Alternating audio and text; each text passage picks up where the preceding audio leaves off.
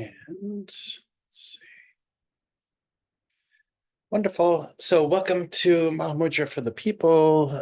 Today is so the 9th of January. And this is the first class for this year, 2024. And we had finished Karma Chagme's Union of Mahamudra and Dzogchen in December. And so I figured we would move directly into the practice of Mahamudra through Bokor Rinpoche's Opening the Door to Certainty. This text, which is really beautiful, written by Gyabje Bokor Rinpoche. I brought this up a number of times in the past. This text is something that I studied or practiced with him for 7 years. And yeah, it's so one page, Tibetan and English, and it's only 50 pages, right? So for 7 years, 25 pages, more or less, of English translation of all this.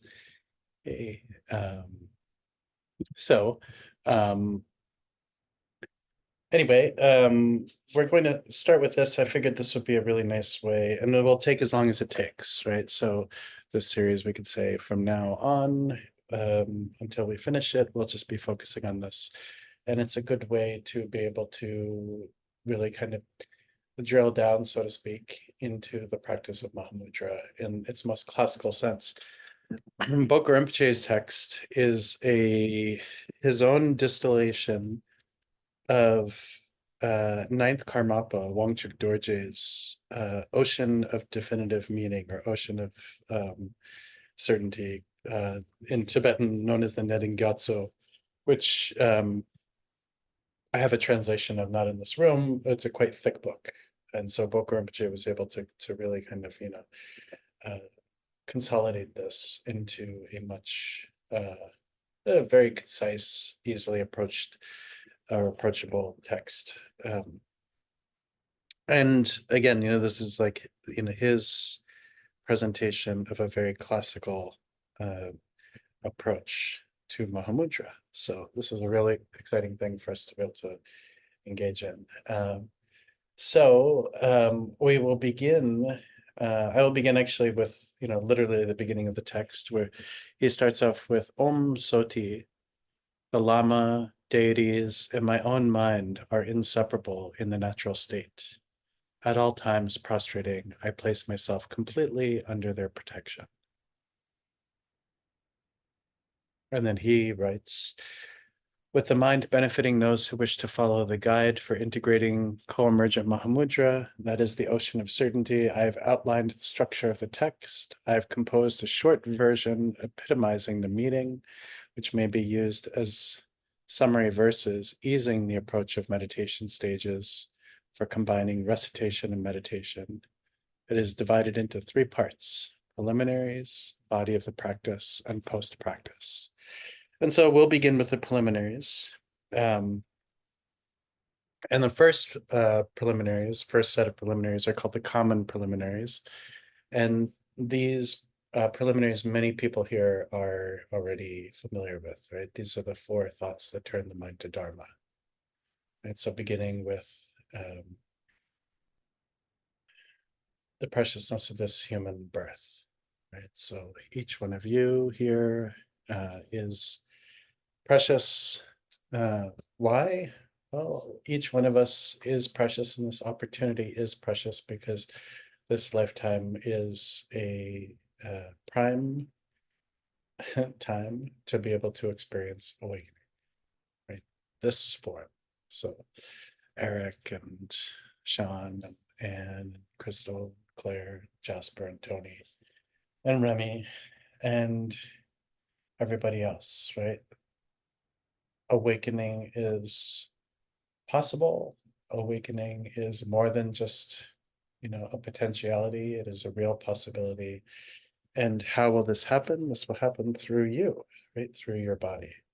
And so the text says, of the common preliminaries, the first one is the freedoms and riches or richnesses of the human existence that is so difficult to obtain. Right? And when we begin to consider all of the causal factors for taking rebirth, even just when we look at, math, there are 6 realms of existence. We happen to find ourselves in the human realm. So that's already pretty rare, right? 1 out of 6. And then when we begin to look at all of the karmic causes and conditions that had been at play and continually, are continually at play, it is quite difficult to, take birth as a human. And then it's also quite difficult to take rebirth as a human who has access to Dharma and also a desire to want to practice Dharma. I've met people who have been born into Buddhist families who have never had the interest in practicing at all, right? So to be, this is most of us here, we're not born into Buddhist families. We actually discovered Dharma and we became, for whatever reason, interested in Dharma, and we started to practice. Most people who practice Dharma and keep on with it usually do so because they've had some kind of confirming experience that there's benefit to this, right? So all of these things have to be in place, for us to be able to be here. And it is sometimes said that it is as rare for this to happen. I don't know if it says this, not in this text, but it is as rare as a sea tortoise coming up, right, from the the depths of the ocean, and there being a yoke, a floating wooden yoke on the surface of the water floating there, and the sea turtle's head coming right through that yoke. Right, that's one example of how rare it is to be able to experience human birth. Right, so Bokra Rinpoche writes, so difficult to obtain and extremely beneficial, the support is comparable to a wish-fulfilling jewel. Even more rare is the Vajra body, right? So to have a body is one thing, but to have a Vajra body is even more rare, right? So to have these 3 channels and to have, the 6 elements through which we can accomplish awakening, this kind of Vajrayana aspect of embodiment makes everything even more rare. And the difficulty of obtaining human existence is explained by causes, comparisons, and numbers. Even if we have obtained it, it is easily destroyed. Right? And this is why we must spend our time practicing Dharma, spending as much of the time as we can. Right? It's easy. All of this to fall apart, all of this, or all of that to fall apart, right? And this leads us right into the next of the 4 thoughts, which is death and impermanence. And this is, of course, how we know that it is so easy for this to fall apart, right? All we need to do is recall anybody that we may have known or come across who has died, right? And depending on one's life experience, you may know 1 person or 2 people or 3 people, or if you worked as a caregiver, you may have met many people who have died. Right? The point isn't the number. The point is that, this kind of awareness of the existence of death and impermanence and the constancy of death and impermanence, that it is there, is the key thing, right? The awareness of this. So, for example, I woke up yesterday, and then eventually, I can't remember, had like NPR on, and they were talking about some guy who wrote a book called, I think it was called 4,000 Weeks. 4,000 weeks, yeah. That the average human life is 4,000 weeks, right? And then I kind of realized, oh, well, then I must only have like 2,000 weeks. And then thinking that I only have 2,000 weeks is a crazy way to start a Monday on January. In January, I was like, oh my God, it's at least half over, right? And it probably is. And so remembering that, that caused me to start my day with this sense of clarity around, okay, let me not ruin the rest of my life. Let me not waste it. Let me not get wrapped up in, Candy Crush and all the myriad other things one can get wrapped up in. And so just remembering this, like as we find, for those who are in the Karmanintic program, there's this line in the 7 different ways of developing bodhicitta, where one is reminded that there are so many ways to die, so many ways that this opportunity could fall apart, right? We can start to name some: car accident, disease, murder, like all sorts of things, right? Accidents. I recently met somebody whose partner was young and healthy and just passed away, right? One morning, never woke up, right? So it's not always so predictable as well, right? So this is the second preliminary: death and impermanence. Bokar Rinpoche goes on to say, though, there is no other refuge than holy Dharma, right? And so within the context of all of this, like, death and impermanence, it's important and helpful for us to have a good kind of sense and idea of what to take refuge in. And so taking refuge in different kind of fad diets and taking refuge in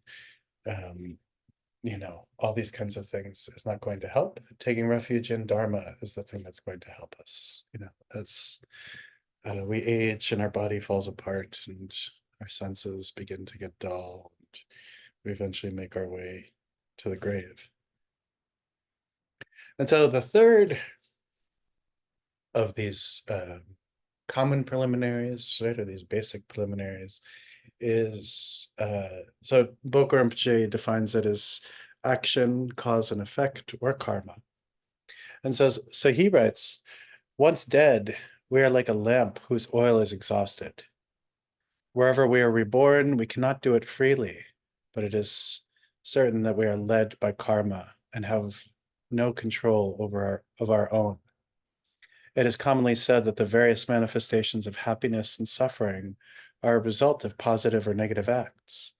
Accomplishing the 10 positive acts leads to birth in fortunate realms, while accomplishing negative acts under the influence of conflicting emotions brings forth birth in unfortunate realms.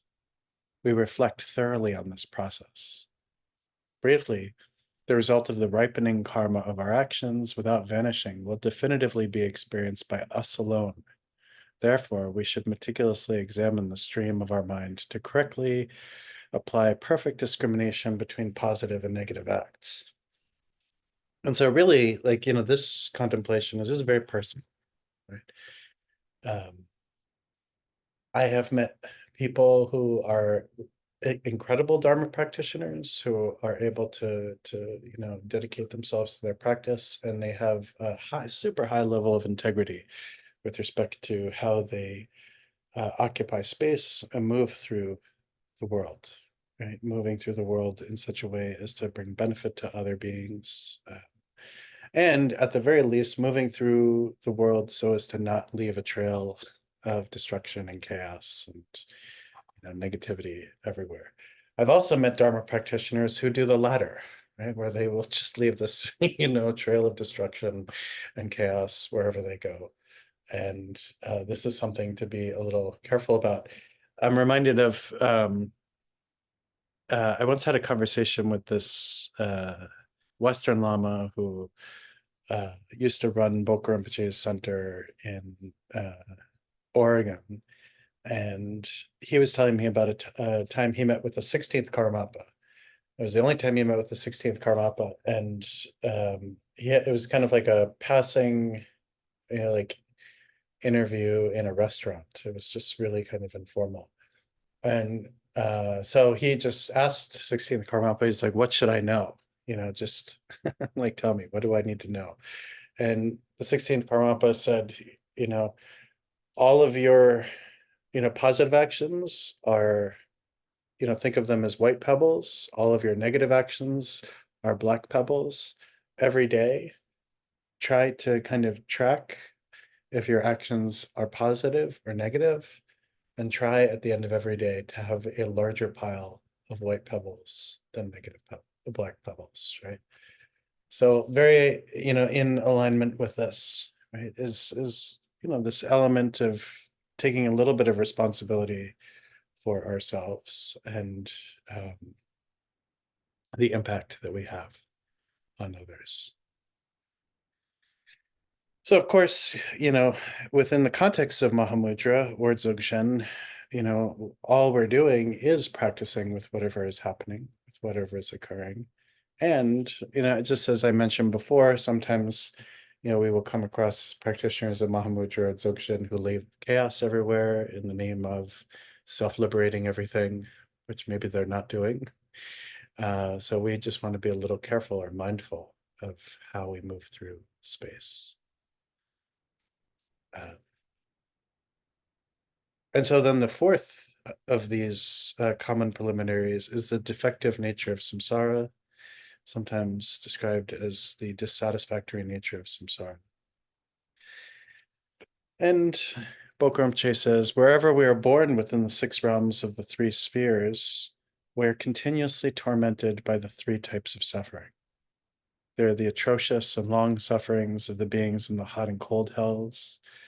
The hungry ghosts endure hunger and thirst, and animals devour each other. Human beings undergo the suffering of birth, old age, sickness, and death, and much other suffering. Demigods suffer from quarreling, and gods from transmigration and downfall. We reflect on the way that these sufferings are experienced in order to reject the insignificant pleasures and possessions of the world of becoming as food mixed with poison. Samsara is like a raging fire. We are determined from this moment on to apply a method that is certain to free ourselves from samsara. So if anybody, and we all do this also, we're like, it's not so bad. Today's Tuesday. Yesterday was worse. Yesterday was Monday. Right? To really remember our suffering. Like I sometimes meet with people who say, oh, my practice is going so well. It's, and though it's a little boring, right? There's not a lot going on. I wish there was more I could do.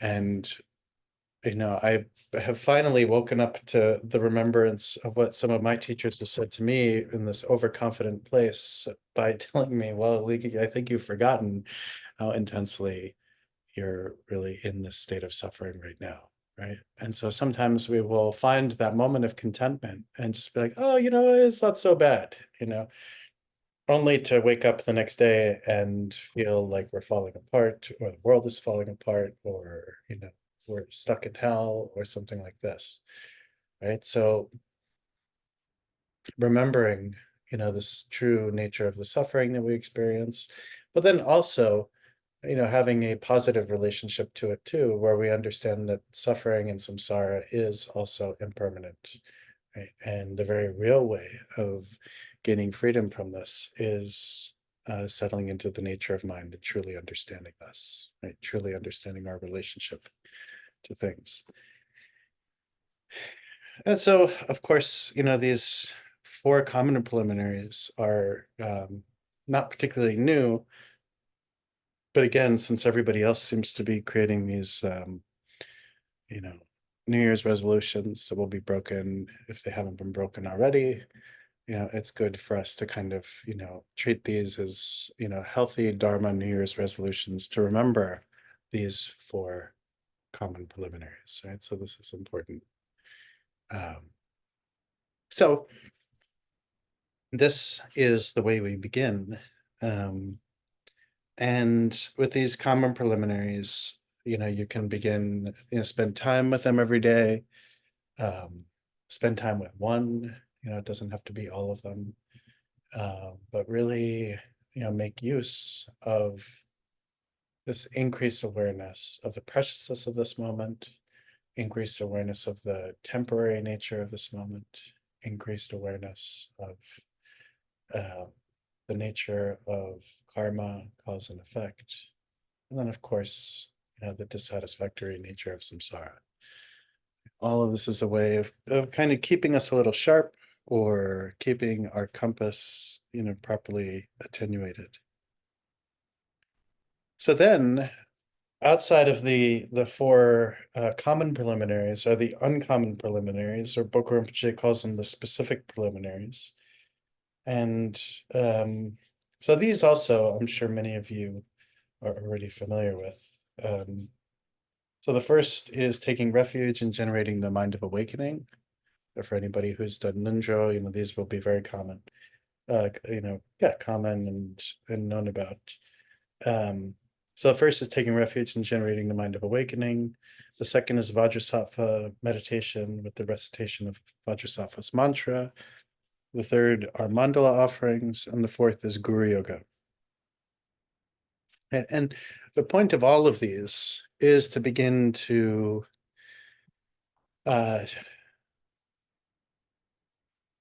train and shift our experience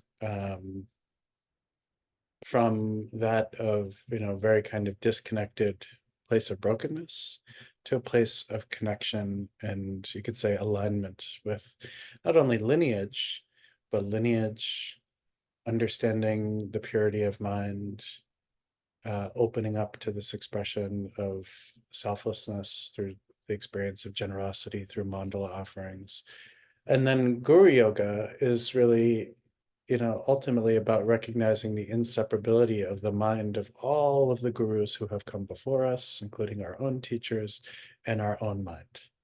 Right? So all of these ways, in one way, you could think of them as four different ways of becoming empowered as a practitioner, four different beneficial ways of kind of recalibrating ourselves, or even if one wanted to use kind of like massage as a metaphor, of there being adjustments, right? Adjustments to one's own physicality, cracking of the back, massaging of muscles, all of these things aligning us to be able to be a little bit more effective in our practice of Dharma. Right? The practice of prostrations, refuge and prostrations is really about learning how to be able to connect to lineage. And in these, within the context of at least the Karma Kagyu tradition, one does each one of these practices 111,000 times.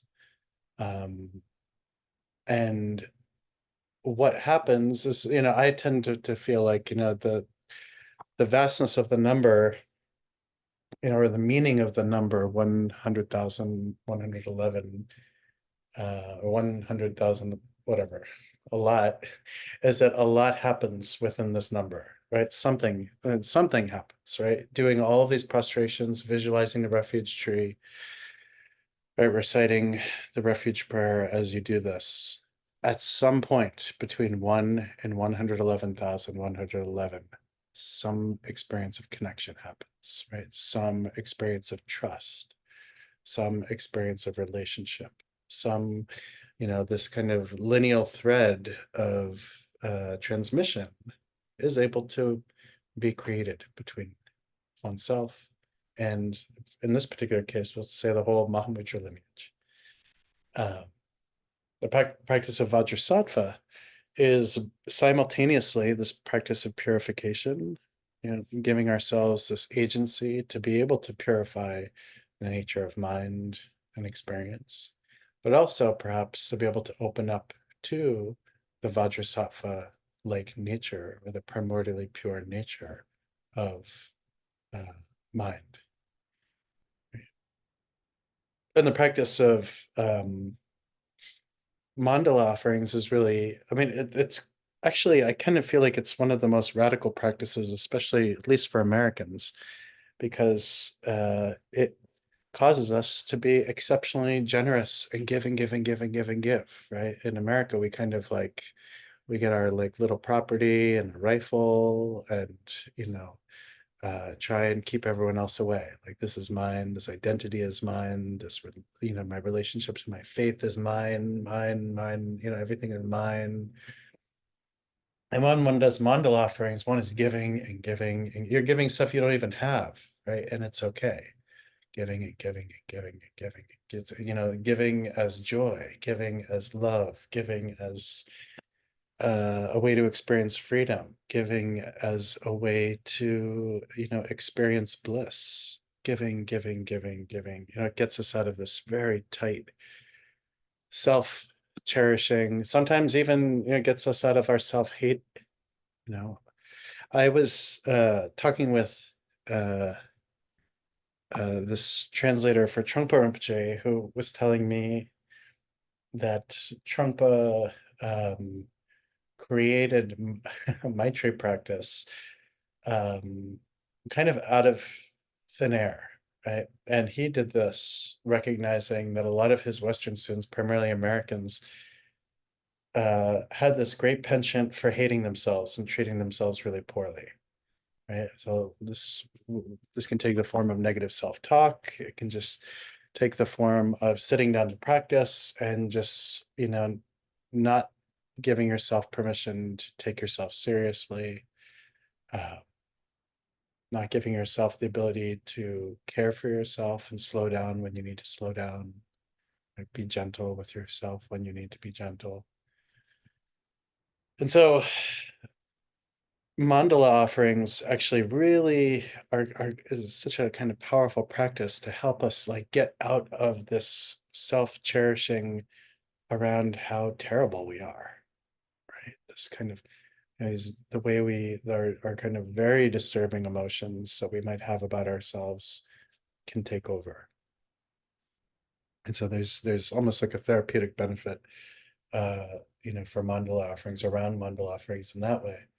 And then Guru Yoga, you know, again, is really about beginning to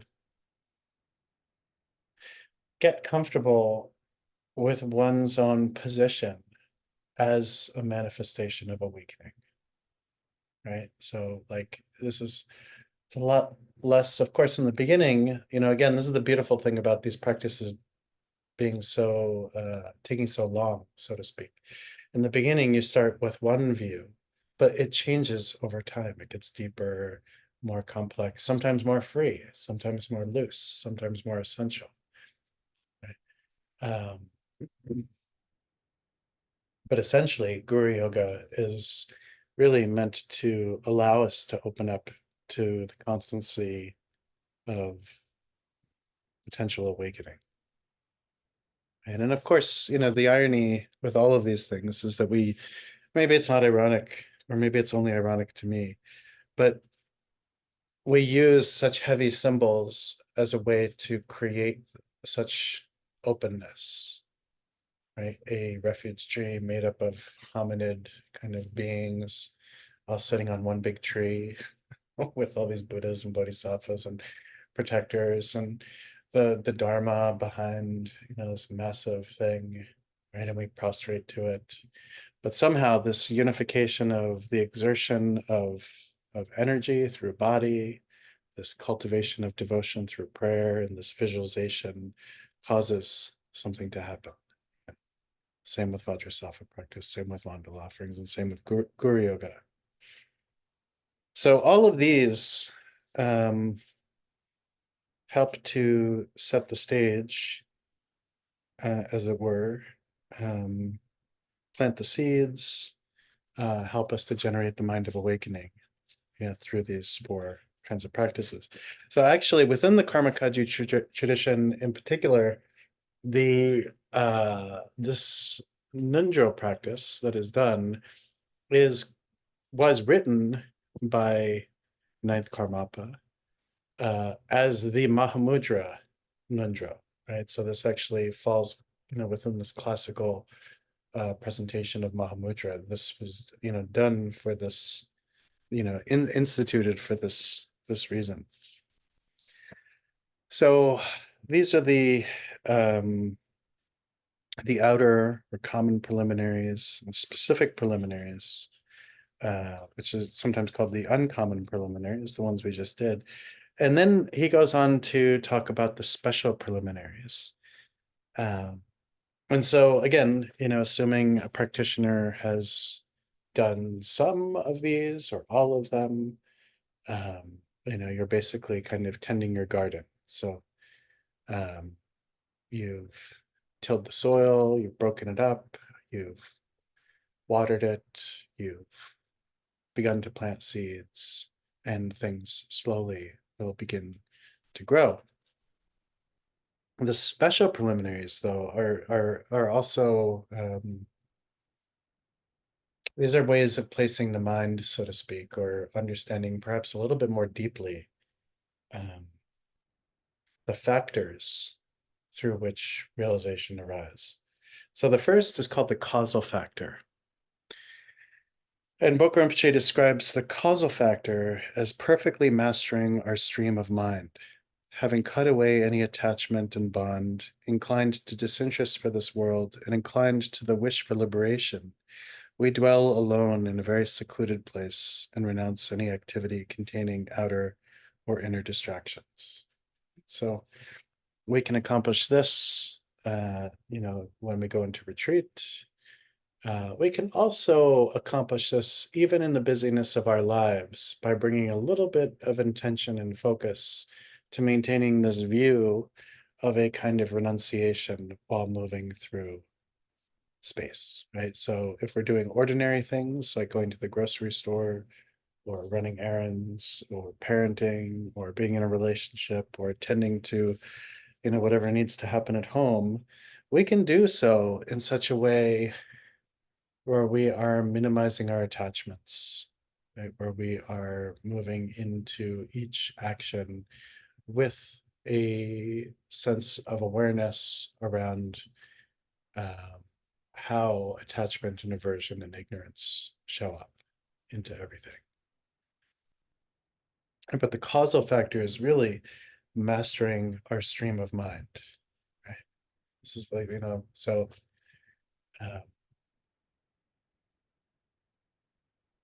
this means being able to see what we're experiencing, which in and of itself can be quite difficult, right? Sometimes we don't want to see what we're experiencing.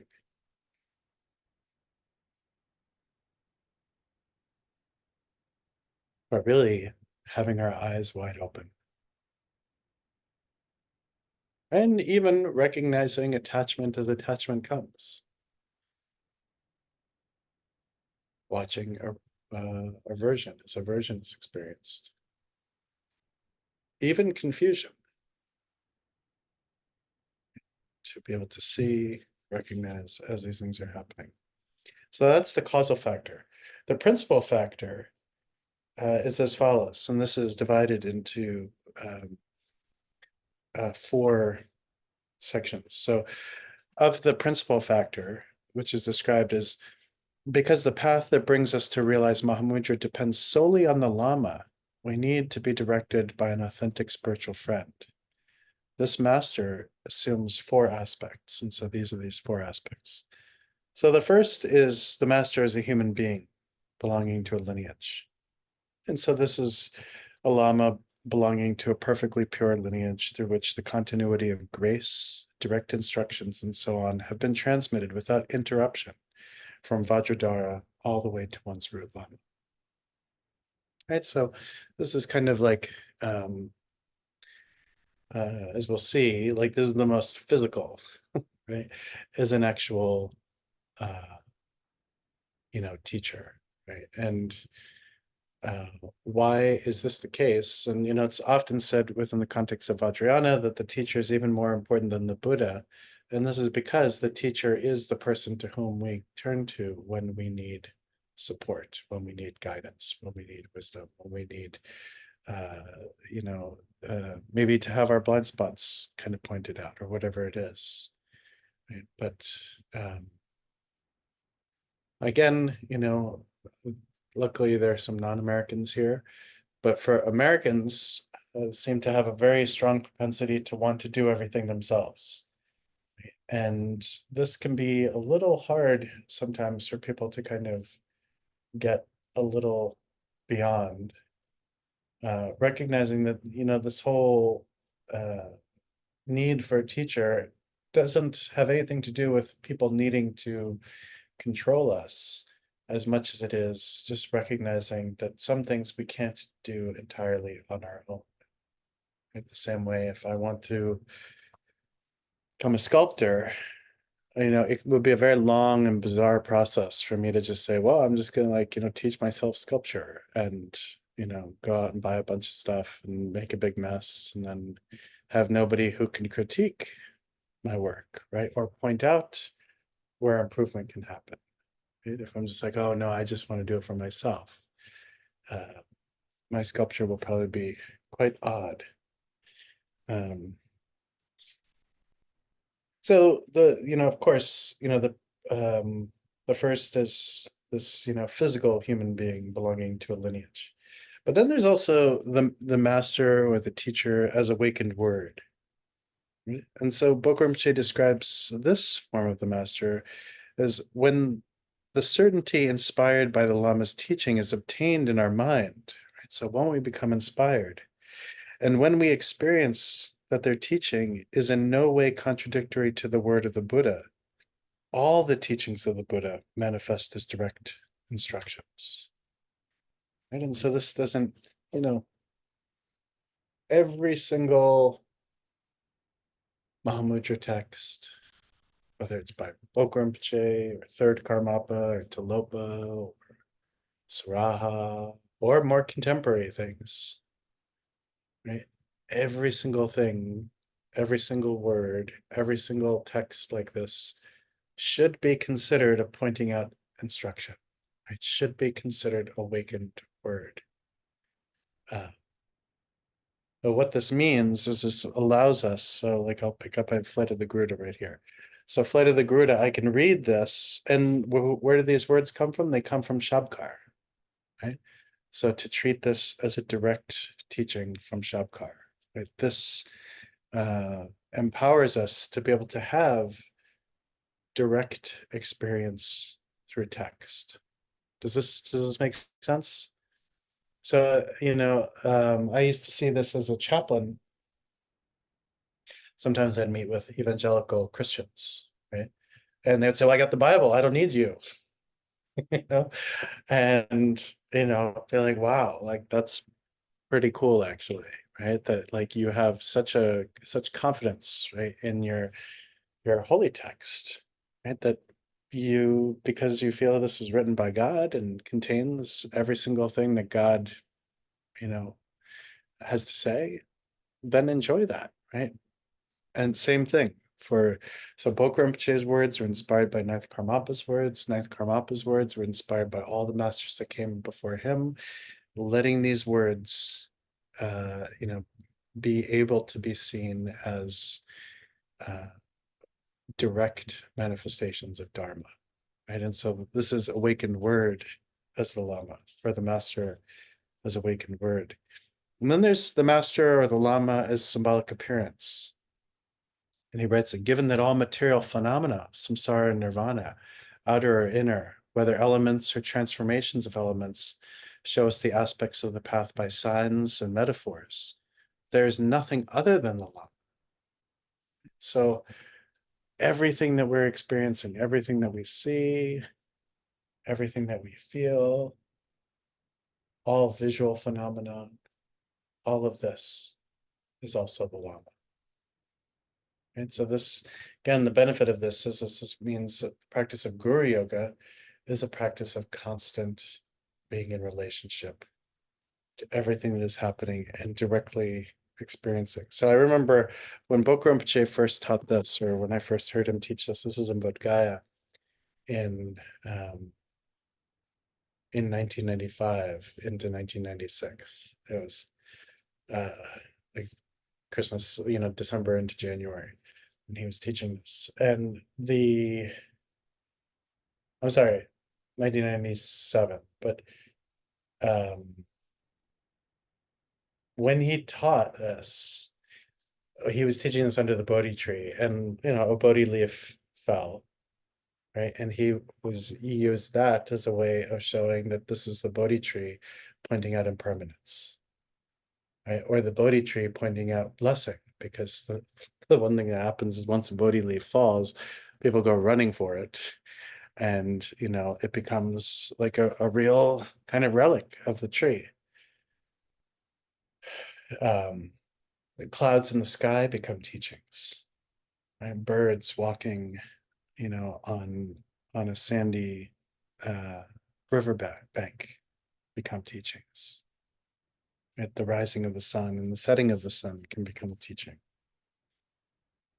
Right, so this is the master as symbolic appearance.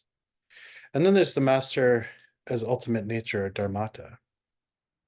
So Bokram says that through direct vision, the realization and the sure and unmistaken understanding of the nature of our own mind, we realize the ultimate nature of all phenomena. Right. So this is, the ultimate nature, the ultimate Lama is the nature of our mind. It's so when we sit in practice of Mahamudra, or if we're practicing Dzogchen, the practice of Trekchö, we're directly experiencing the Lama. Thought activity as it comes, clarity as it comes, movement as we experience movement, stillness as we experience stillness. We experience frustration, that's the Lama. We experience joy, that's the Lama. Experience clarity, that's the Lama. Bliss. And so we begin to see that, really what's being discussed here is the Lama is being able to, like, more parsed out, made more and more vast, more and more wide, not just located only in the physical confines of somebody's body. Right? Having a relationship to the Lama is really about having a relationship to the nature of mind. And there's a person who we rely on to help us with that. Right? But that act, or the work, you could say, of settling into the nature of mind is shared. Right? It's kind of like, I don't know if this is going to be a good metaphor, but or analogy, like in presidential politics, not even presidential politics, but politics more broadly speaking, these days people will often have surrogates who campaign for them, right? And they're people who are picked to campaign on the part of the person who's running for office, who can't be in all places at all times, right? The physical teacher can't be at all places at all times. The nature of mind can, right? And the physical person becomes a surrogate for the nature of awakened mind. Does that make sense? Yeah. So Book Rinpoche here is kind of helpfully, sketching this out. So these different elements of how the master appears, or the Lama or the Guru, is the principal factor. The objective factor for awakening is described as not entering the considerations of philosophical systems, Buddhist or non-Buddhist, and not tarnished by concepts. We practice only with the essence of mind as the primordial mode of being, the play of the three bodies. Right. So here, and I'm happy he said this, because Boka Rinpoche was considered one of the greatest Mahamudra masters of relatively contemporary times in the Karma Kagyu tradition. And here he's saying philosophical systems, Buddhist or non-Buddhist, should be avoided. Right. All we're practicing with is mind. All we're practicing with is experience. Right. And this is what we take to be a place where we practice. And so the point isn't, really so much debate, nor is the point, even the categorization of one system versus another system, not being tarnished by concepts. We practice only with the essence of the mind as a primordial mode of being, the play of the three bodies, right? Dharmakaya, Sambhogakaya, Nirmanakaya. This is all we're doing. And it's good. Gets us out of superstitious, thinking. You wake up, what is there to practice? Just being with what it's like to wake up. Do the next thing, practice with that. The next thing, practice with that. The next thing, the next thing.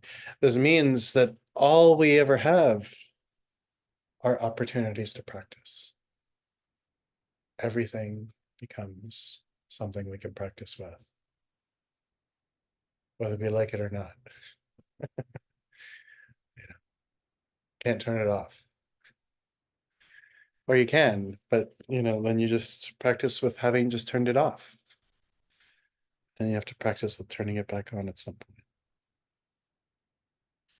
And then the immediate factor for uh, uh, awakening to happen is when we accomplish the body of the practice without conceiving an object of meditator or meditation. We only maintain the essence of ordinary awareness without accepting or rejecting anything, without hope or fear, without mental fabrication. When we accomplish the body of the practice without conceiving an object of meditation or meditator, we only maintain the essence of ordinary awareness without accepting or rejecting anything, without hope or fear, or without mental fabrication.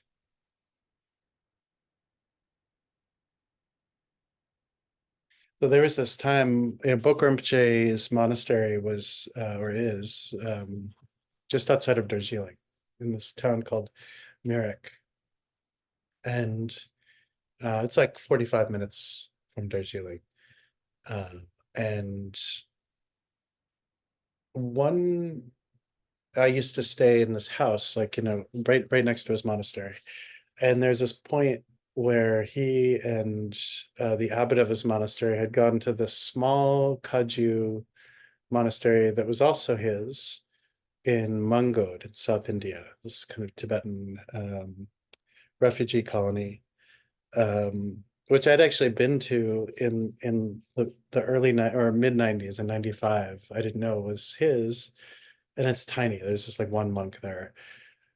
So he went down there to go, do some stuff for the Tibetan community down there. And on his way back, he was flying from Mangod. It was probably like Mangod to Bombay, Bombay to Calcutta, and then they're going to fly from Calcutta to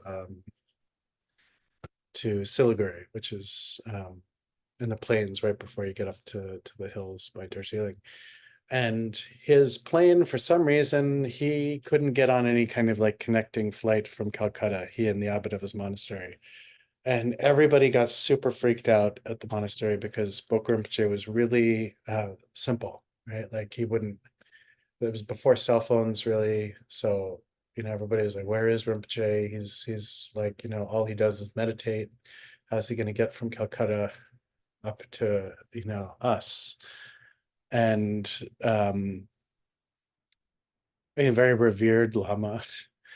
And so he and Kempo didn't, rather than booking another flight, they decided to hop on a bus, like just a really poor quality bus, very slow bus from Calcutta to Siliguri, right? Which took the better part of 30 hours to move up through West Bengal. And this kind of really, really frazzled and freaked out Lebrun, this monastic administration, all went down to the plains to greet him.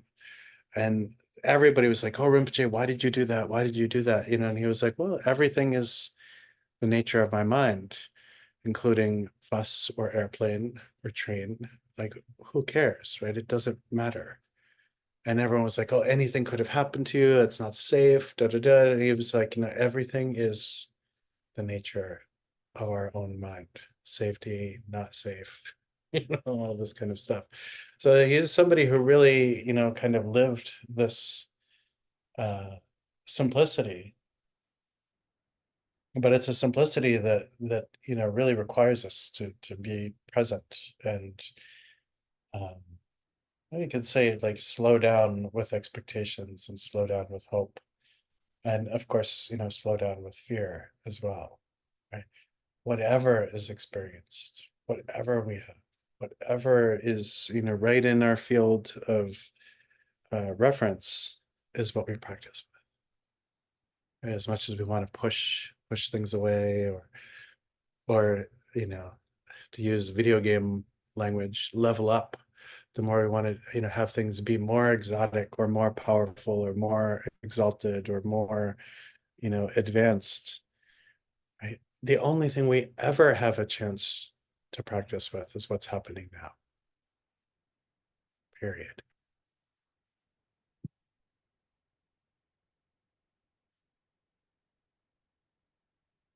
And so he's really setting the stage for this like simplicity. And so the body of the practice, right? And this is the first part. And so we'll do this for a few months. The body of the practice is calm abiding, or shine.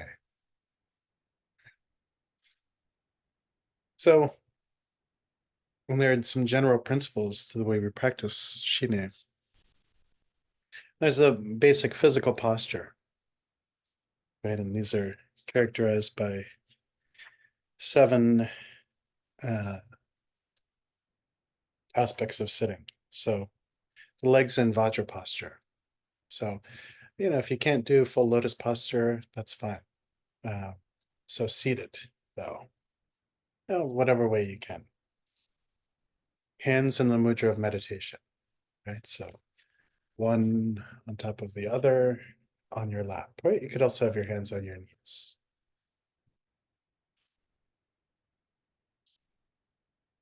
And their shoulders spread like the wings of a vulture, right? So, right? Opening up your chest a little bit. Mm. Neck slightly bent like a hook, just slightly. Spine straight like an arrow, but again, just work with your body. Do what feels right for your body. Eyes gazing into space, about uh, 4 finger widths from the tip of your nose. So something like where one's pinky is. If you hold your index finger up, but approximation. Everybody has a different size nose.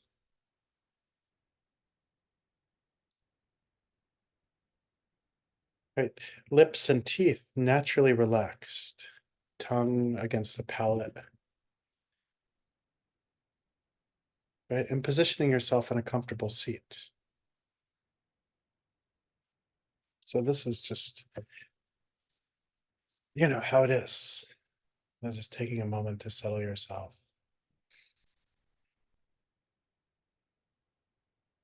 If there's discomfort in any of this, rather than feeling the need to push yourself too much, just sit as comfortably as you can.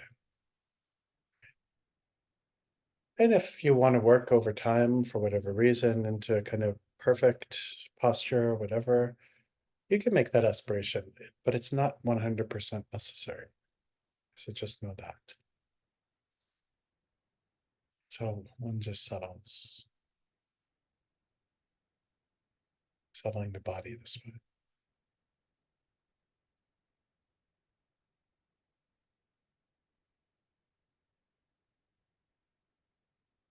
This is how we settle the body or posture.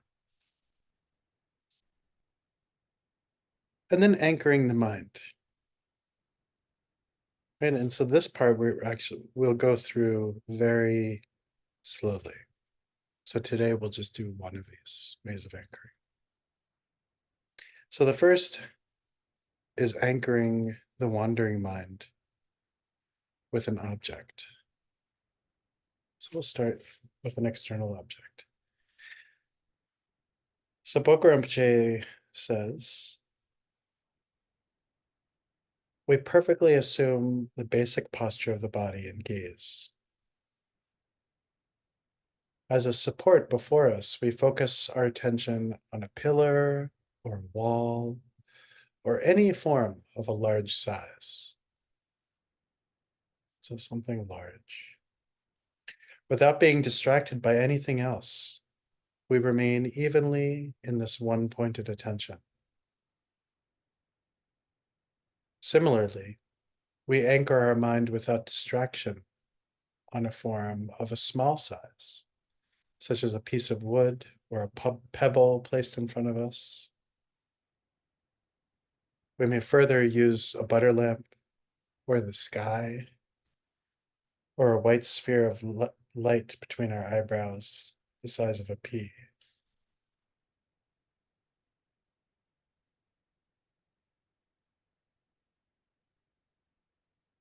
Right, so we can begin with a physical object.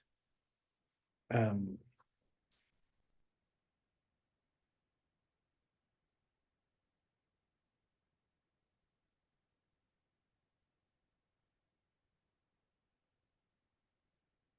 so allow yourself to get into this position.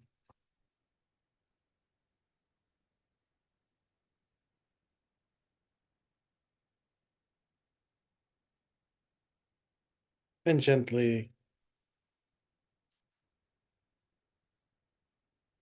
anchoring the mind by focusing your attention, your awareness on an object directly in front of you.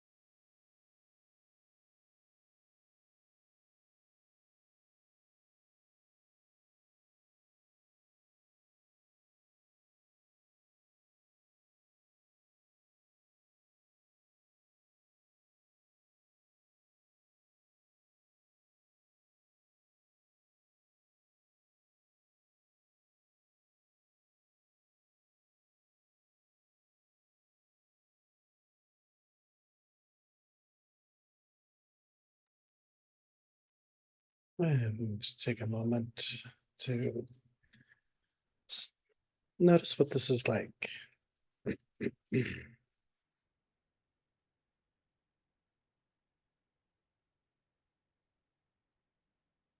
So, settling the body in the meditative posture. It's said that settling oneself in this mental posture causes all of the winds in the body to also settle.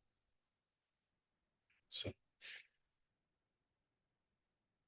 as we settle with a sense of stability, hands in meditation mudra around the hand on your knees, back straight,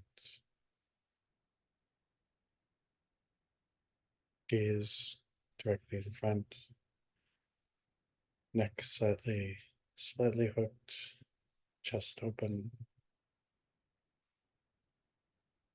This causes the winds to have a greater propensity to enter the central channel. As the winds enter into the central channel, a non-dual state is able to happen naturally. This is why this is called the 7-point posture of Vajrayana. The benefit of this particular asana.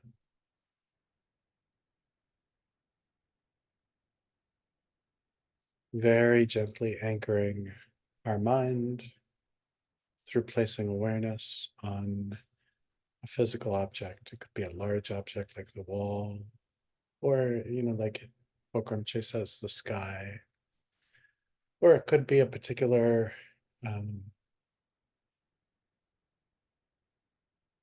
smaller thing. So, for example, if one is looking at a wall of wood paneling and there's a knot, in the wood, and focusing on the knot.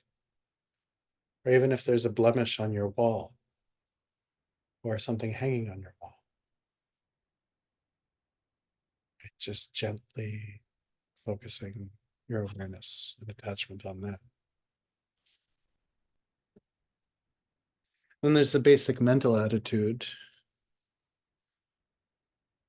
And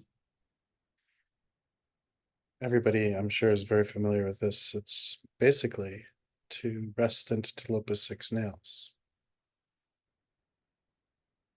So do not reflect.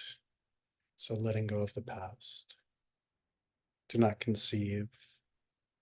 Letting go of the future. Do not think. Letting go of the present. Do not meditate. Do not analyze. Rest naturally.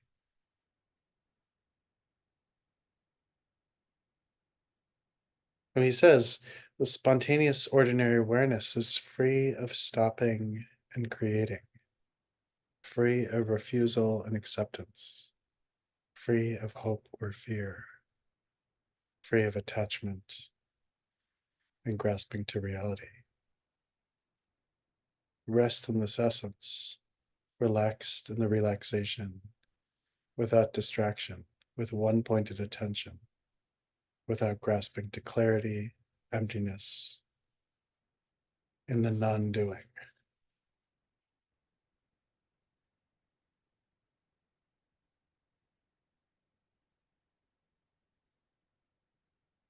Right? Avoid exertion.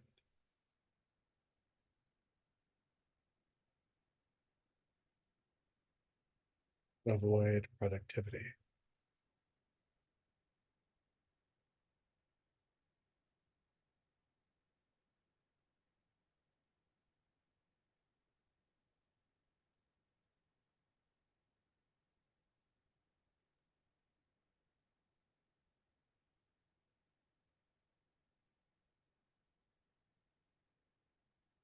Avoid being the singular point. Avoid being the experiencer.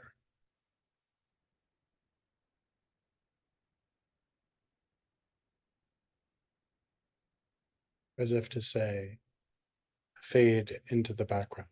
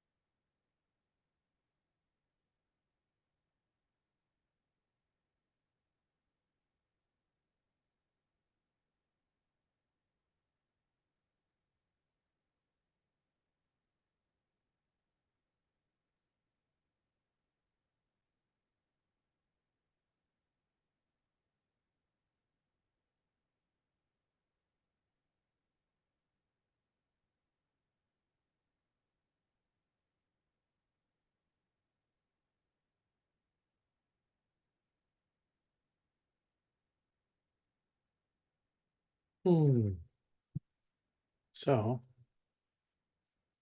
I just want to check in and see how people are doing and how this is feeling. How are you, Anne? You have a nice smile on your face.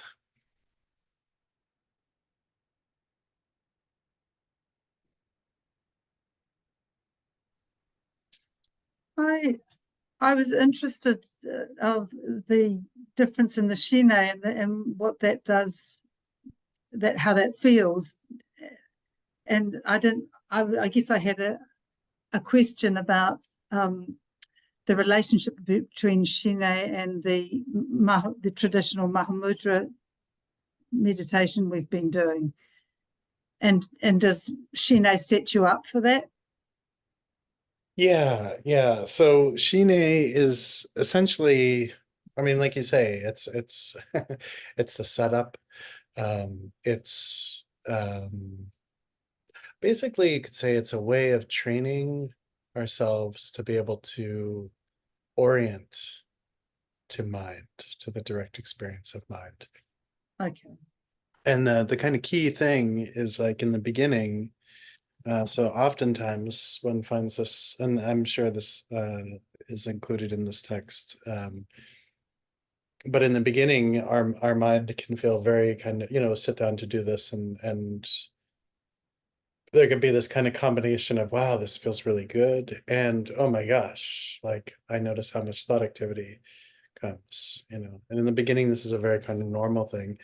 Over time, the more we do it, the more we're able to kind of spread out, as it were, into the sense of quiescence. And a lot of the intensity of thought activity naturally subsides on its own, right? Which is why, in a kind of more, like slightly more progressive style of practice, which is what this is, one does shine or shamatha first. So that, it's like shaking up a snow globe, and the shine is stopping the snow globe from moving and letting the thought activity, i.e., the things floating around in the snow globe, to settle. Once once there's an increased experience of settled relationship to mind, then the next form of meditation, which we'll eventually get into, but we're going to go through all of the different aspects of shine together over the next couple of weeks. After that, then we move into this practice of Laktong, which is a form of Vipassana, but I think a little bit differently oriented than what we might find of Vipassana in the Theravadan tradition, which really is a practice that allows us then to let mind become aware of its own qualities and its own aspects, right? Oops. Guess that was a Dharmakaya message. I'll take that as a good sign. So, and of course, one doesn't necessarily need to do shamatha in the beginning, but it's kind of like going from one intense relationship right into another, right? Sometimes it's good to let things settle a little bit, figure out who we are, right? And then we can get into another intense relationship. But if we jump from one intense relationship to another, right, we could be bringing a lot of confusion into each particular kind of relationship. And so with shamatha, we're letting everything settle. And then because there's less reactivity, because the mind is relatively placid, there's not as much distraction that can get in the way for us to be able to recognize the mind's essential nature and all of its qualities. Is that helpful? Yes, and when you say the mind's essential nature, are you talking about the non-differentiated type of meditation, like Mahamudra? Yes. Are you saying that you shouldn't go from shine or shamatha directly into a non-differentiated meditation? No, I'm not saying that because like there's a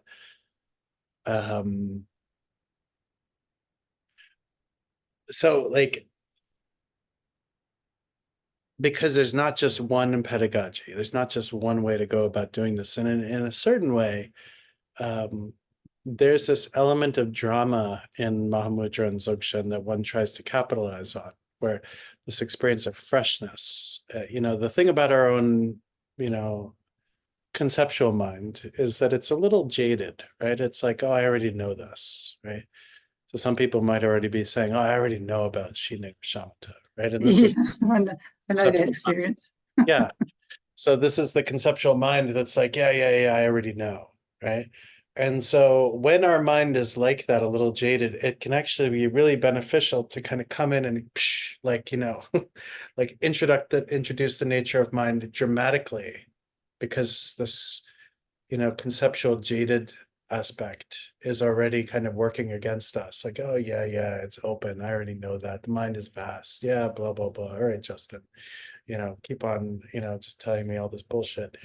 And so sometimes we need to like, we can benefit from jumping right in and, having this kind of slightly startled, different experience. So this is the only reason why I don't want to say like, one should do this and then one should do that and then one should do this. So does this make sense? It does make sense. I mean, it's like, it's done for the those types of things are done for the masses and by big organizations, and sometimes that's how it pans out when you're in one of those situations. But otherwise, there's more subtlety on a one-on-one individual between individuals.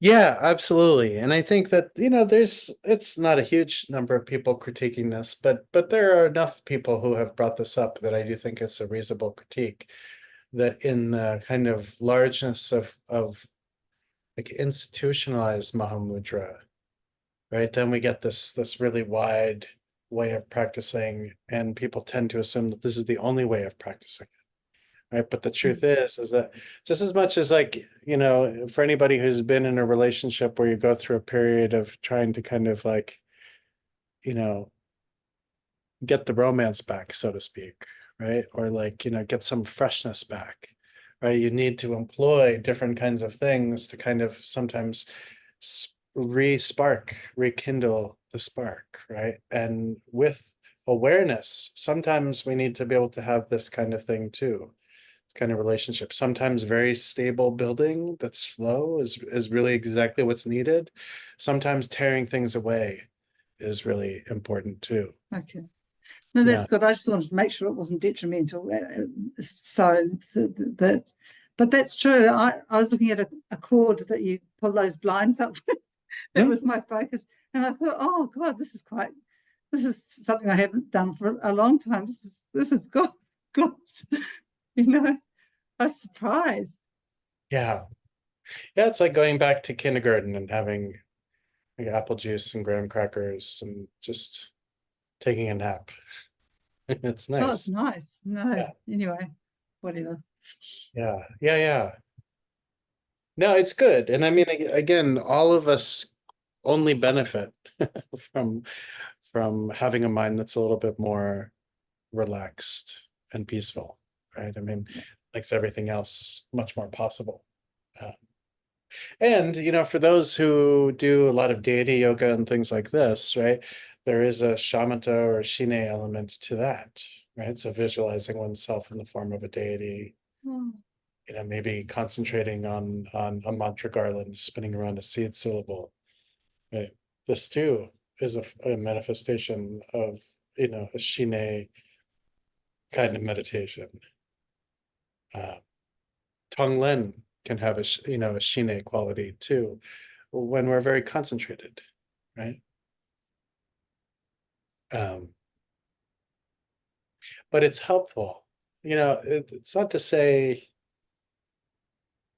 so just as much as like, you'll say like in the Dzogchen tradition, like, you know, a good amount of training in Trekja is important before moving on to Togal.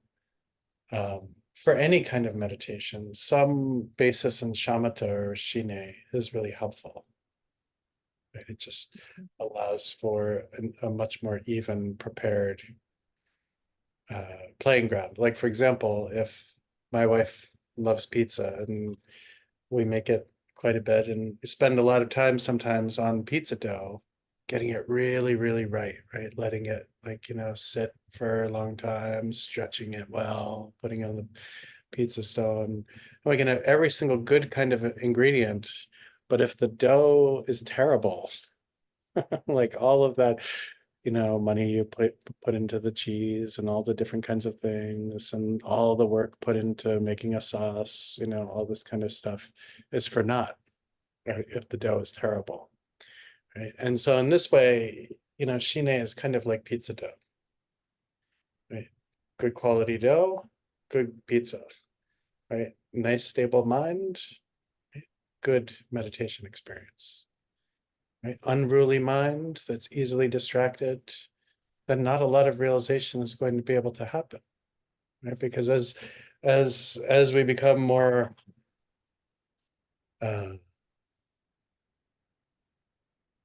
clear, right? If we haven't necessarily resolved our relationship to distraction, right? And this is the thing, resolved relationship to distraction is different than beating distraction out of us, right? So like these lines, that Bokrum Rinpoche includes here, the spontaneous ordinary awareness is free of stopping and creating, refusal and acceptance, hope or fear, attachment and grasping to a reality.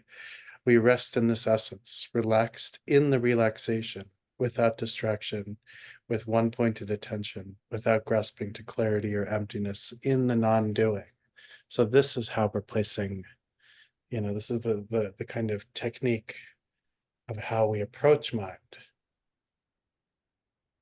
Right, so we're really learning how to be in relationship to everything that's happening, right? While letting the mind settle by being anchored, having our awareness anchored on a visual component. Yeah, Sean. I've had this experience when playing with shime with an object before, whether I have my pebble or my candle or whatever, and I'm being with it. It's just like pebble, pebble, pebble, and not trying to describe it. And I mean, even that pebble, pebble is like labeling or whatever, but I'm just trying to bear attention to it. And like there will come this point pretty reliably where it's like my brain is like almost like telling you to roll over at night, like get off your back and get on your side, like this very kind of like physical and strong impulse comes to just be like, I don't want to look at the candle anymore. Like it's like bizarrely like somatic and intense and sort of like from my like body almost. And I think it's probably just habitual darting mind like derives some comfort in that kind of like switch the channel, switch the channel, switch the channel, even just in your visual field or whatever. And so when I fight it and I go, no, we're gonna stay with the candle, it like can get, it's like quite a lot of friction and like discomfort. And I guess maybe that is the like, that's creating the heat that is the snow globe settling. Like it is kind of like there's this resistance and but it's just a funny moment that I have like almost every time I do it with an object that's not like my breath or something. There comes this like visceral urge to dart around to something else. And yeah, I just wanted to share that. Yeah. Yeah, totally. This happens. This is a good time when that happens to A, contemplate the nature of samsara, and then B, death and impermanence. Right. So I mean, like the reality of the situation is, right, is if we want to kind of go through the bardo, right, with the element of awareness, then we have to get past this. Right. And then the question is, how to get past it. And this is where like Bokrum Rinpoche's words are more about learning how to be than learning how to respond. Right. We're trying to rest beyond our little freak out that's happening. right? It's like, get up, Sean, go do this, go do that, like go play your instrument, no. And, to just remember like, the nature of my situation, right? Like my life is half over. Do I want to be able to recognize the nature of mind in the bardo or not? If I don't, oh, fine, man, that's cool. I'll just get up, right? Go do whatever. Yeah,